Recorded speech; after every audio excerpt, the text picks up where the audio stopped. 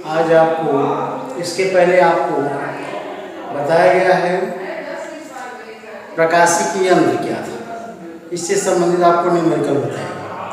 अब आज आपको बताया जाएगा तरंग प्रकाशिकी या हाइगेंस का सिद्धांत। इससे पहले सबसे पहले आपको इसके पहले जानने की आवश्यकता यह है कि प्रकाश की प्रकृति क्या है। प्रकाश की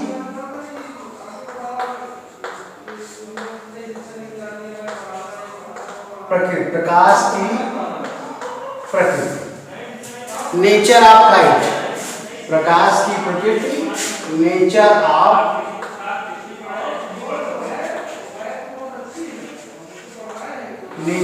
लाइट। प्रकाश की प्रकृति जैसे आपने कहा गया, प्रकाश एक प्रकार की ऊर्जा है जो हमारे आंखों को संवेदित करती है, देखने के लिए संवेदित करती है। ठीक है, तो इसको सिद्ध करने के लिए जब एक सुग्राही थर्मामीटर लेते हैं, उसको हम धूप में रख देते हैं, सूर्य के प्रकाश में रख देते हैं, देखते हैं कि थर्मामीटर का जो पाठ्यांक है वो धीरे धीरे ऊपर बढ़ने लगता है।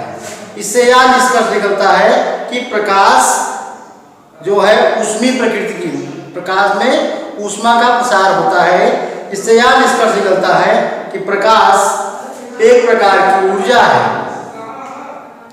इसके बाद आता है, इसे प्रकाश से भी निष्कर्ष निकलते हैं। जैसे पहला निष्कर्ष है प्रकाश सरल रेखा में चलता है। प्रकाश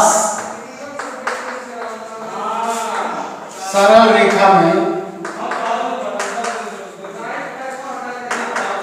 चलता है। प्रकाश सरल रेखा में चलता है। आप लोग जानते हैं कि प्रकाश सरल रेखा में चलता है।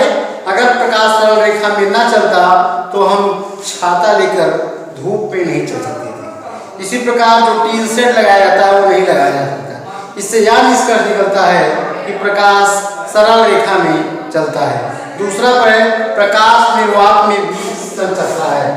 दूसरा है प्रकाश निर्वात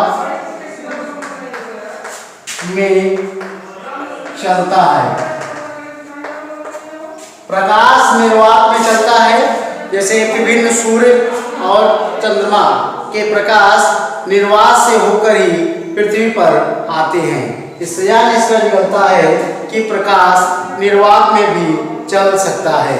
तीसरा है प्रकाश में परावर्तन का गुण पाया जाता है। तीसरा है प्रकाश में परावर्तन का गुण पाया जाता है।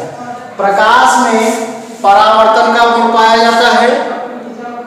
परावर्तन, जब प्रकाश एक चिकने चमकदार सतह पर पड़ता है तो वह उसी माध्यम में वापस लौट आता है। प्रकाश में इस प्रकार की घटना प्रकाश का परावर्तन कहलाता है। दैनिक जीवन में प्रकाश के परावर्तन के लिए शुद्ध रूप से जो उदाहरण है वो हम दर्पण का देखते हैं कि विभिन्न स्थानों पर दर्पण द्वारा प्रकाश का परावर्तन प्रदर्शित किया जाता है। तीसरा अगला है, चौथा है प्रकाश में अपवर्तन का गुण पाया जाता है। प्रकाश में अपवर्तन का गुण भी पाया जाता है।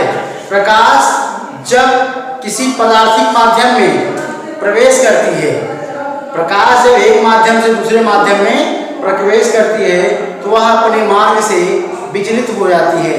प्रकाश में इस प्रकार की घटना प्रकाश का अपवर्तन कहलाती है। प्रकाश का अपवर्तन कहलाती है। प्रकाश का अपवर्तन के लिए हम जैसे विभिन्न प्रकार कांच का उपयोग करते हैं, विभिन्न प्रकार की झिल्लियों का उपयोग करते हैं। इसके उदाहरण के रूप में हम प्रकाश में अपवर्तन का गुण पाया जाता है। इसके बाद है प्रकाश में वर्ण विक्षेपण का गुण पाया जाता है। प्रकाश में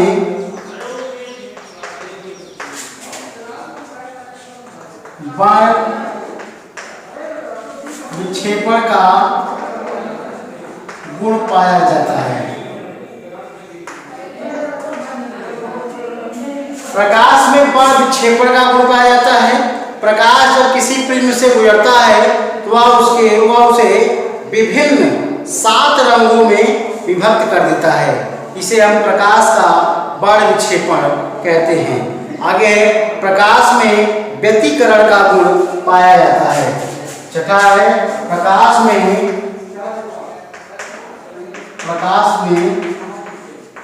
व्यतिकरण का गुण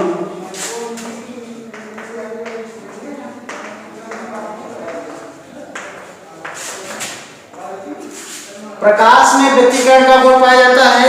इसमें जब दो लगभग समान आवृत्ति की तरंगें या समान आवृत्ति के प्रकाश एक साथ किसी माध्यम में संचरित होते हैं तो माध्यम के कुछ बिंदुओं पर तीव्र प्रकाश तथा कुछ बिंदुओं पर अंधेरा दिखाई देता है। प्रकाश की इस गुण को हम व्यतिकरण का गुण कहते हैं। इसके बाद आता है प्रकाश में विवर्तन।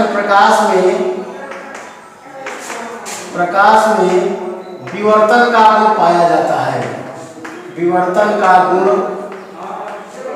पाया जाता है। प्रकाश में विवर्तन का गुण पाया जाता है। प्रकाश जब किसी सूक्ष्म छिद्र से गुजरता है वह उसके किनारों पर हल्का सा मुड़ जाता है। प्रकाश में इस प्रकार की जो घटना होती है वो प्रकाश का विवर्तन कहलाती है। इसके बाद है 8वां है प्रकाश में घूर्णन का गुण पाया जाता है। प्रकाश में घूर्णन का गुण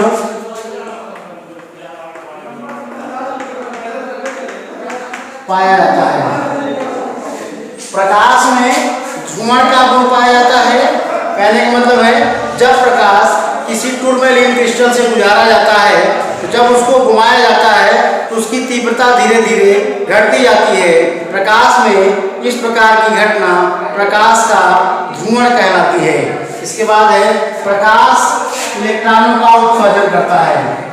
प्रकाश इलेक्ट्रॉनों का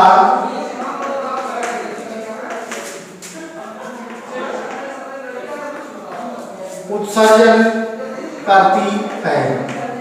जब प्रकाश इलेक्ट्रॉनों का उत्सर्जन करती है। प्रकाश जब किसी प्लेट पर गिरती है तो वहां पर से इलेक्ट्रॉन उत्सर्जित होते हैं।